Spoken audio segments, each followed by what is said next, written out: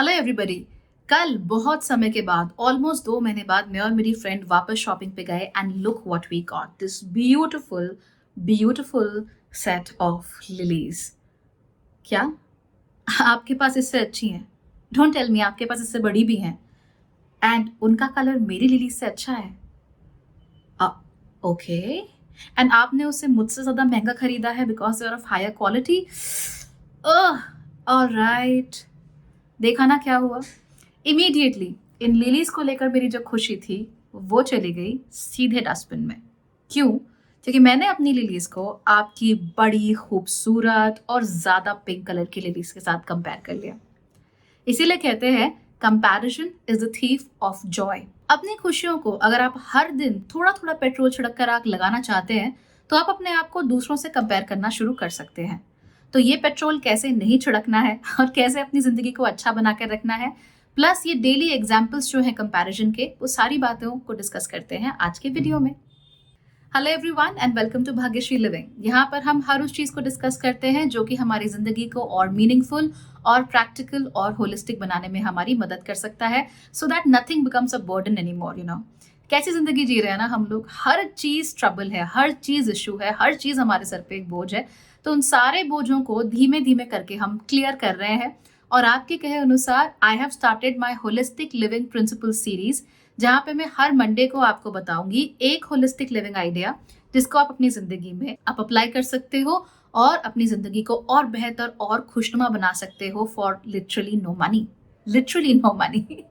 आज हम बात करने वाले हैं कंपैरिजन के बारे में।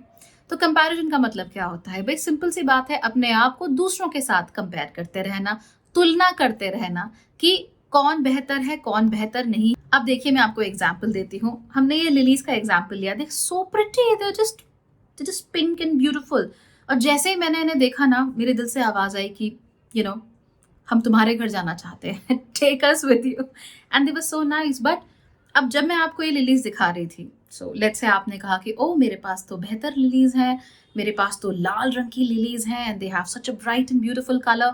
और इमीडिएटली मेरी इन लिलीज की खूबसूरती आपकी उन रेडर एंड ब्राइटर लिलीज की खूबसूरती के आगे एकदम पेल हो गई and I can't enjoy these lilies any more. You know why? क्योंकि आपके पास मुझसे कुछ बहुत बेहतर है, और क्योंकि आपके पास बेहतर है इसीलिए मेरे पास जो चीज है मैं उसे एंजॉय कैसे करूं।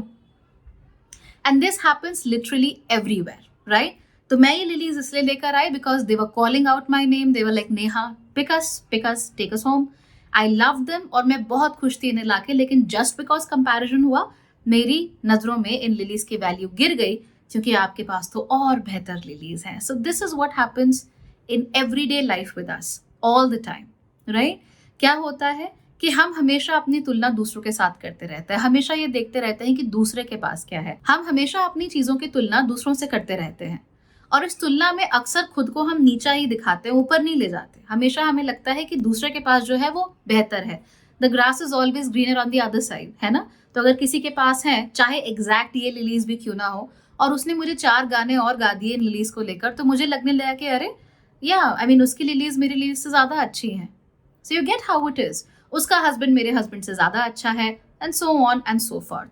तो ये जो कंपैरिजन है, ये कहीं ना कहीं हम लोगों को नीचे दबाता रहता है, हमारी सेल्फ रिस्पेक्ट को गिराता रहता है और उसके साथ साथ ही हमारे कॉन्फिडेंस को भी गिराता रहता है, क्योंकि हर बार हम खुद को यही बोल रहे होते हैं that somebody else is better, somebody else is better। और ऐसे में जो चीज हमें हमारे पास होती है, जिसको हमें एंजॉय करना चाहिए, जिसको हमको खुश रहना चाहिए, जिससे उसमें हमें कोई खुशी नहीं मिलती और हम उस चीज के पीछे दौड़ पड़ते हैं जो किसी और व्यक्ति के पास होती है।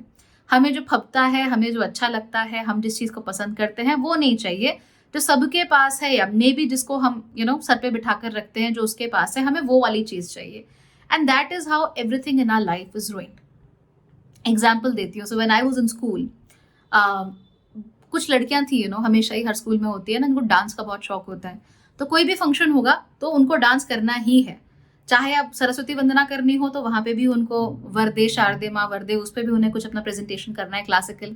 एनुअल फंक्शन हो वहां पे भी उन्हें नाचना ही नाचना है। अगर उनका क्या कहते हैं इंडिपेंडेंस डे हो जाए, रिपब्लिक डे हो जाए, कोई फर्क नहीं पड़ता, जब डांस करना है तो डांस करना है। And they used to dance very well. But पता है मुझे क्या लगता था? आई वॉज लाइक ओके, ये लड़कियां हमेशा डांस करती हैं. My teenage brain was like okay, लड़कियां इज इक्वल टू डांस. सारी लड़कियां डांस करती हैं, मैं स्टेज पे डांस नहीं करती, और क्योंकि मैं डांस नहीं करती something is wrong with me. So you saw, मैंने खुद को उनके साथ इमीडिएटली कंपेयर किया, और इस कंपैरिजन के बाद मुझे इमीडिएटली लगने लगा कि सारी लड़कियां डांस करती हैं, जबकि सच्चाई में सारी लड़कियां डांस नहीं करती. वही 10, 15, 20 लड़कियां होती है, उनका अपना ग्रुप होता है, उनको हर जगह कुछ ना कुछ परफॉर्म करता है. बट मेरे टीनेज दिमाग ने सोचा कि नहीं, girls is equal to dancing, dancing is equal to natural girl behavior, and since I am not dancing, something is wrong with me. तो मैंने अपने से कह दिया कि नहीं नहीं, तेरे साथ कुछ गलत है, you are not doing this. मेरी क्लास में कुछ लड़कियां थी, उनको सोप ओपेरास देखने का बड़ा शौक था. They always use to watch it. कुछ मतलब ऑब्सेशन था उन्हें सोप ओपेरास से. मे बी उनकी मदर्स देखती थी तो दे वर इंटरेस्टेड, तो वो देखती थी और आपस में डिस्कस करती थी. एंड मेरे घर में सोप ओपेरास कोई नहीं देखता था. Nobody was watching saas bahu in my home. In fact, we were mostly watching sub TV or something like that. So सास बहू देखते नहीं थे, तो डिस्कस करने के लिए कुछ होता नहीं था अगले दिन. Then I used to say, oh, girls is equal to soap operas. I don't watch soap operas, so I'm not girl enough. Something is wrong with me, right? That every topper has to be serious. Since I am not serious, something is wrong with me. तो ऐसे करते करते हम अपने आप को इतनी सारी चीजें बता देते कि तेरे साथ कुछ गलत है, तेरे साथ कुछ प्रॉब्लम है. क्यों? Simply out of comparison. और ये चीजें कहीं ना कहीं इनसिक्योरिटी से निकल कर आती हैं. हमें लगता है कि हमें कुछ खास चीजें करनी चाहिए, राइट? या हमारे पास कुछ खास चीजें होनी चाहिए. अगर हमारे पास वो नहीं है, something is wrong with us. जैसे कोई स्पेसिफिक फोन है, हमारी मार्केटिंग कैसे होती है, this is the best phone in the universe. अगर आपके पास ये नहीं है, something is wrong with you, right? तो अगेन हम कंपेयर किससे कर रहे हैं? पड़ोस वाली आंटी से. कंपेयर किससे कर रहे हैं? हमारी क्लास में आने वाली लड़की से. That's useless. That's completely useless. I have this beautiful phone with me for the past 2 years, I believe. It's a nice phone, and even though इसी के बड़े भाई पे मेरी मेरी नजर है इस फोन के बड़े भाई पे, नॉट लड़के के, इस फोन के बड़े भाई पे मेरी नजर है. But still there is no reason for me to buy that phone, क्योंकि ये बढ़िया चल रहा है, कोई टेंशन नहीं है, and it is a beautiful fantastic phone, right? और मुझे जो अपग्रेड मिल रही है, those are mostly upgrades जिसके थ्रू मैं स्टाइल ज़्यादा मार सकती हूँ, but not exactly something that's way useful, not right now at least. तब इसमें क्या है? कंपैरिजन देखना है. अब एक कंपैरिजन दूसरे तरीकों से भी होता है. कैसे? कि मेरे पास तो ये है, उसके पास नहीं है, इसका मतलब आई एम ऑल दैट. यानी कि आप मान लीजिए आपके पास इस फोन का अपग्रेडेड वर्जन है, ठीक है, आपके पास गैलेक्सी S24 है, और आपने मेरे पास एक रेगुलर गैलेक्सी देखा, एंड यू लाइक, ओह अच्छा, इसके पास गैलेक्सी नहीं है, पुअर गर्ल. तो उससे क्या कर रहे हो? आप छद्म रूप से, फेक रूप से अपना कॉन्फिडेंस बढ़ा रहे हो, और दूसरी तरफ आप फेक रूप से अपने कॉन्फिडेंस को घटा रहे हो. लेकिन प्रॉब्लम यह है कि जब कॉन्फिडेंस घटता है तो फेक नहीं घटता, पूरा घटता है. और जब कॉन्फिडेंस बढ़ा रहे होते हो तो वो असल में कॉन्फिडेंस नहीं बढ़ रहा होता, हमारा ईगो बढ़ रहा होता है. और वो ईगो का बलून जितना बढ़ता चला जाता, उसमें पिन मारकर उसको ऐसे बर्स्ट कर देना उतना ही आसान होता है. तो हर रोज ऐसा नहीं है कि हम सिर्फ नीचे कंपैरिजन कर रहे हैं, हम ऊपर भी कंपैरिजन कर रहे हैं. सो कई चीजों में हमें लगता है चल इससे तो बेटर है यार, राइट? चाहे हमारे पास चीज है वो कितनी भी खराब क्यों ना हो. रिलेशनशिप्स में बहुत ऐसा होता है.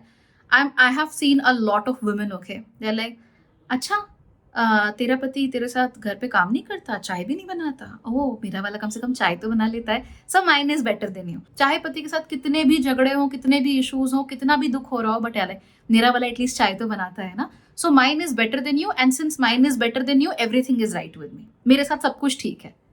तो इस तरीके से हम अपने आप को झूठों में और भुलावों में रखते हैं, और इसकी वजह से हमारी लाइफ में बहुत तकलीफें होती हैं. We go through a lot of issues because of that. तो इसीलिए आपको क्या करना है? कंपैरिजन से खुद को बचा कर रखना है. क्या ऐसा संभव है? ह्यूमन ब्रेन जो है वो कॉन्स्टेंटली कंपेयर तो करता ही रहेगा. तो इससे आप 100% बच सकते हो? बिल्कुल नहीं बच सकते. लेकिन आपको जब भी कंपैरिजन आपके दिमाग में आए तो आपको खुद से पूछना है कि जिस चीज के लिए तुम मुझसे खुद को कंपेयर कर रहे हो, क्या वो वैलिड भी है? फॉर इंस्टेंस, मुझे बड़ी तकलीफ थी. I love their dance, okay, they were amazing. तो मुझे बड़ी तकलीफ थी कि यार मैं डांस नहीं कर रही हूँ, तो इसका मतलब मुझे उनके डांस से प्रॉब्लम है? बिल्कुल नहीं. Second thing, dance comes naturally to them, और उस चीज में वो लड़कियां एक्सेल कर रही हैं. लेकिन ऐसे कुछ चीजें भी तो हैं जिनमें मैं एक्सेल कर रही हूँ. फॉर इंस्टेंस, टॉप कौन कर रहा है? मैं. डिसाइड कौन कर रहा है कि वो डांस करेंगी या नहीं? मैं. कॉम्पिटिशन्स कौन जीत रहा है, मैं, अवार्ड्स कौन ला रहा है, मैं. So I am good at a few things, they are good at a few things, right. और ऐसी बात नहीं है कि मुझसे अच्छा मेरे ही फील्ड में कोई नहीं हो सकता, लोग हो सकते हैं, दैट इज वैलिड. कंपैरिजन नहीं कर सकते, सिर्फ इंस्पिरेशन कर सकते हैं. तो क्या उन लड़कियों को देखकर मेरे मन में एक भावना आनी चाहिए थी कि यार I should also be able to dance, मैं भी डांस करना सीखती हूँ, अच्छा लगेगा. लेकिन मेरे टीनेज दिमाग में ये बात नहीं है. मेरा टीनेज दिमाग क्या था, dance is equal to girls, इसका मतलब ऑल गर्ल्स, इसका मतलब कि I am not girl enough. So इस तरीके से अपनी खुशियों को हम अपने हाथों से ही लूट लेते हैं और फिर कहते हैं कि जिंदगी में इतनी तकलीफें क्यों हैं. There is a reason, you are the reason. Sorry to say but you are the reason. तो इसीलिए बार बार कंपैरिजन नहीं करना है. अगर आपको कोई चीज़ अच्छी लगती है किसी व्यक्ति में, उसको अप्रिशिएट करना सीखिए, अपने आप को अप्रिशिएट करना सीखिए. आप में भी कुछ खूबियां होंगी, उन खूबियों पे ऊपर काम कीजिए. फॉर इंस्टेंस मुझे बिल्कुल मेकअप करना नहीं आता. कई बार तो मेरी लिपस्टिक मेरे दांत पे भी लग जाती है या यहाँ से ब्लीड कर रही होती है. I simply don't know that. And I really appreciate women जो कि मेकअप कर सकती हैं. इसका मतलब ये नहीं कि मुझे ही मेकअप करके उनके साथ कम्पीट करना है. Nothing like it. I appreciate them. और अगर मुझे कभी मेकअप करना आ जाए, मुझे बहुत खुशी होगी, थोड़ा बहुत ही सही, I will be very happy with this. हाँ, लेकिन अगर मैं खुद को कंपेयर करने लगूँ कि वो देखो कैसे कॉन्टूर कर रही है, मुझसे तो होता नहीं है, I am wrong, something is wrong with me, वहां पे सारी कहानी खराब हो जाएगी. And I will not be able to grow as a person. In fact जिंदगी भर मेरे अंदर रिजेंटमेंट रहेगी.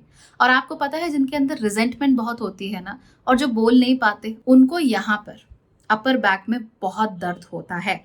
इसके बारे में मैंने बात की है your body talks to you वाली सीरीज में, उसको जरूर देखना. यू विल फिगर आउट कि यहाँ के एरिया में, कंधों और कंधों के पीछे के जो हमारी पीठ का हिस्सा है ना, ऊपरी, वहां इतना दर्द क्यों होता है. It's mostly because you are resentful. मन में बहुत सारी बातें हैं, बाहर आने के लिए तड़प रही हैं, लेकिन आपके पास वेंट आउट करने के लिए कोई जरिया नहीं है. तो ऐसा इंसान नहीं बनना है, अदरवाइज जिंदगी बहुत कड़वाहट से भर जाएगी. और अगर हमारे अंदर नेगेटिविटी बहुत ज्यादा हो जाए, तो हम और नेगेटिव एक्सपीरियंसेस को अपने पास लाएंगे. आई एम श्योर कि आप चीजें ऐसी करना नहीं चाहती हैं. So please start doing that and please start living a better life. Alright, let's see you next week. वहां पर हम एक और नई चीज की बात करेंगे. Let's talk about confidence. Bye bye, take care.